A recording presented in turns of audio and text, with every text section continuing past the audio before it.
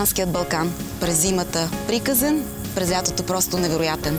Всеки път, когато идвам тук, откривам по нещо ново, а вече видяното преоткривам по различен начин. Днес съм дошла специално да си набера билки. В България има над 600 вида. От тях 150 растат само тук, в Национален парк Централен Балкан. Хората, живеещи в района, имат богат опит в използването на билки. От 10 години в местността Айдушкото сборище те организират празник на билките, планината и туризма.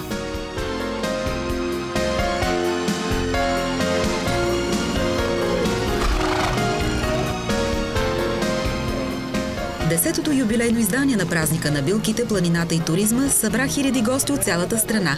Събитието се организира от Съвета по туризъм в община Троян, кметството в село Балканец, Института по планинско животновъдство.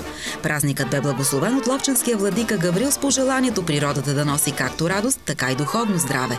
Повечето присъстващи обаче подчертано се грижаха за телата, тъй като наоколо имаше немалко кулинарни изкушения. Слънцето прижуреше още от сутринта, но въпреки жегата и млади и стари не щадяха сири на хорото. Градусът на доброто настроение вдигаха изпълнителите от фолклорен ансамбъл Здравец и берковската духова музика. В конкурса за най-дълъг и пъстър венец тази година беше поставен своеобразен рекорд. Плетеницата от билки надхвърли 4 метра. По традиция всички присъстващи имаха възможност да опитат от натуралния билков чай, приготвен на поляната.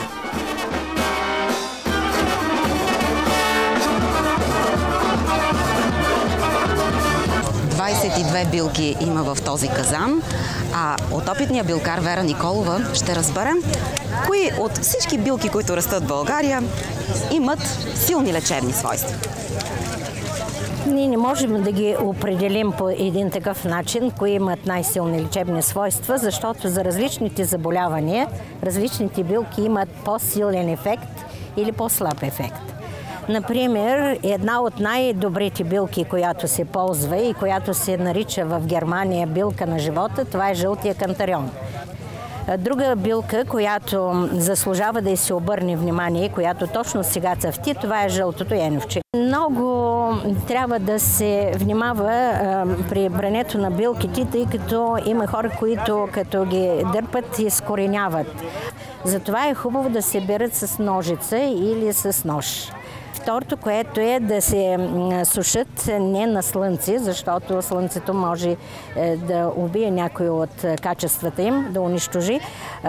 Затова трябва да се сушат на проветриво място, но леко сенчесто. Универсална рецепта за перфектен чай не съществува. Затова пък Вера Николова написа за екипа на предаването "Пътувай с БНТ2" специална комбинация от билки за силен тонус и кондиция.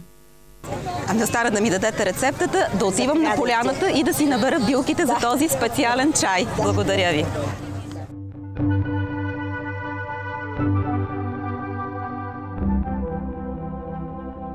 Докато си пием чай, можем да се наслаждаваме на невероятната гледка, която се разкрива от местността Айдушкото сборище към резервата Козя стена, Беклемето и ограждащите Троян хълмове. А в близост до мястото, където се намираме в момента, на времето е минавал пътят Вия Траяна. Предполага се, че пътят е строен през II век от новата ера по времето на император Траян, за да свързва Улпия Еско с Филипополис. Древноримският път потъва в забвението на отминалите столетия, но край него обитателите на земите от двете страни на планината оттъпкват пътеката, която предшества прокарването на най-високия старопланински проход – Троянския. Можете да усетите тръпката, която са изпитали Траяновите войници, преминавайки през девствената гора, яздайки кон. Имате възможност да го направите с помощта на опитни инструктори от конната база, намираща се в съседство на местността Айдушкото сборище.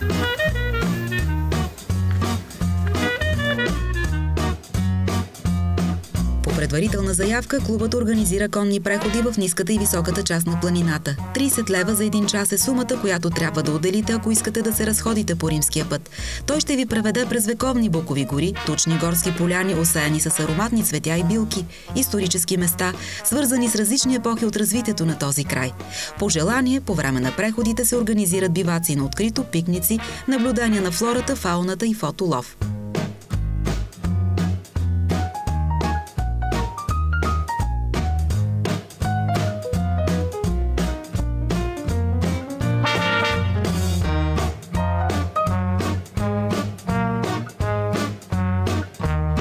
С кон, пеша или автомобил можете да стигнете до въжения парк Катеричка. Намира се на 200 метра южно от центъра на курортен комплекс Беклемето и в непосредствена близост до Национален парк Централен Балкан.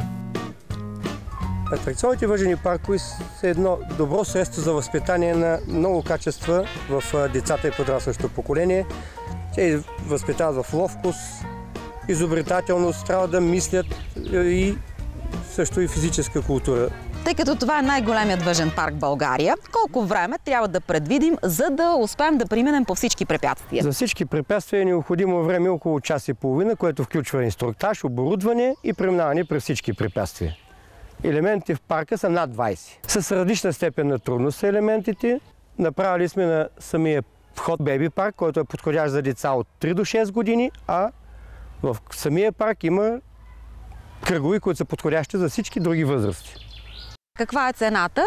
Цената за посещение за групи и деца до 12 години е 8 лева, за възрастни 10 лева. Целогодишно ли работим? Целогодишно работиме, зимата също преминават много хора, е много интересно и зимата. Екипът ни се убеди, че съчетанието от алпийски и стоманени въжета, греди, стълби, въжени мостове, лияни са максимално обезопасени, но същевременно носят и необходимия заряд адреналин, емоция и физическо натоварване.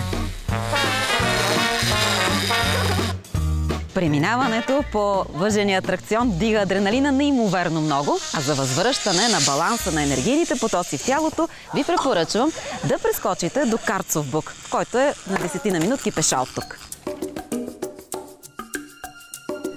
Вярващи от цялата страна посещават местността Карцов бук, за да се заредят с енергия. Предполага се, че тя идва от магнитните аномалии, предизвикани от залежите желязна руда. Според замервания на групи руски учени, енергийните полета около Беклемето са 10 пъти по-високи, отколкото в други райони. Самият бук, кръстен на руския генерал Карцов, е на повече от 200 години. Има предположение, че букът лекува хипертонии, астма и белодробни заболявания. Лечебният ефект на дървото може и да е съмнителен, но има две други места, които със сигурност и научно са доказали своето влияние върху човешкото здраве.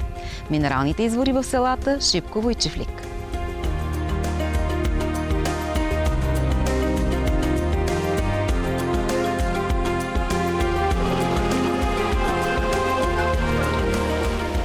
Термалните извори в Шипково и Чифлик са с температура на водата от 38 до 54 градуса. Препоръчват се за лечение на стомашно-чревни, жлъчно-бъбречни, неврологични и очни заболявания, както и на проблеми с опорно-двигателния апарат. Курортите Чифлик и Шипково са предпочитано място за почивка и през зимата, и през лятото. Има голям избор от хотели, вили и почивни бази за настаняване. Обществените басейни са с минерална вода, но работят само през лятото. През зимата можете да се радвате на лековитата планинска вода в някои от хотелските комплекси. Планинската прохлада, неповторимото съчетание на вековни гори, бистри ручеи, кристално чист въздух, удивителни скални и пещерни образования правят Троянския Балкан едно от най-предпочитаните места за туризъм в Централна Стара планина.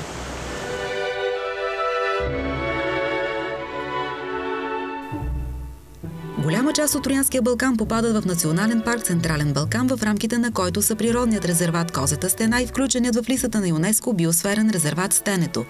До тях водят множество добре обозначени и разработени туристически маршрути и екопътеки. Резерватът Козата стена е истински ботанически рай, където виреят над 40 вида редки растения, включени в Червената книга на България. Обект на защита са и самодивското лале, теменугата и особено ендемитният вид старопланински еделвайс. Биосферният резерват Стенето се отличава с изключително разнообразен релеф. Тук има зашеметяващи скални отвеси, пропасти и пещери. Вековните гори от бук, габър, бряст, офика са обитавани от кафяви мечки, елени, скални орли, диви прасета. Едни от най-интересните маршрути до Стенето тръгват от село Черни 8. Там се намира единственото в България средно училище за подготовка на планински водачи. Ски бягане, биатлон, алпинизъм, рафтинг, бънджи скокове, изкачване на ледени скали и планини с всякакви видове препятствия. Това са част от спортовете, които практикуват по време на обучението си младежите.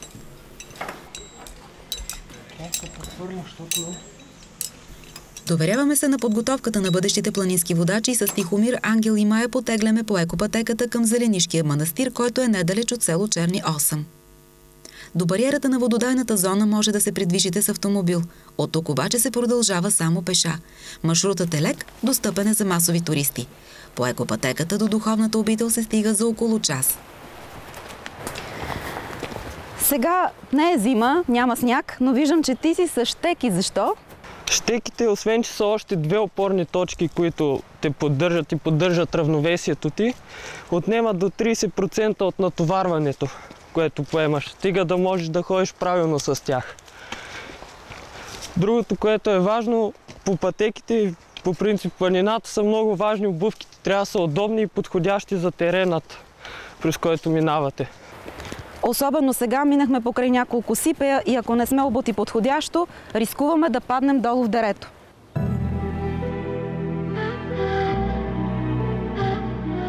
Изкачването до върха си заслужава, защото от подножието на манастира се открива невероятна панорама към върховете Голям Купен и Амбарица.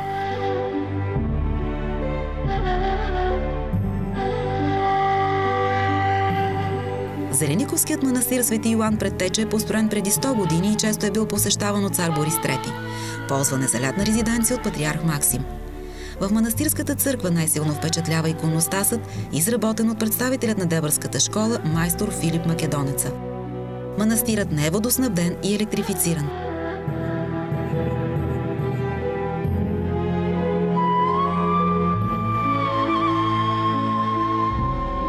Преди да продължите по обратния маршрут към село Черни 8, можете да се освежите и да си налеете вода от намиращият се в близост извор. Това е Букова гора. Буковите листа рано на пролет са много нежни и стават за ядене, засищат временно.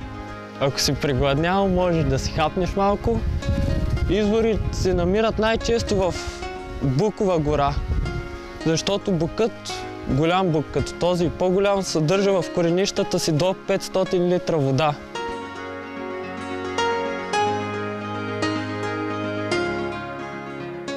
По време на прехода не се очудвайте, ако срещнете следи от диви прасета или пък скелети на различни представители на фауната. Гората се обитава от близо 100 защитени вида. За съжаление, други могат да бъдат видяни само в Природонаучния музей в село Черни 8.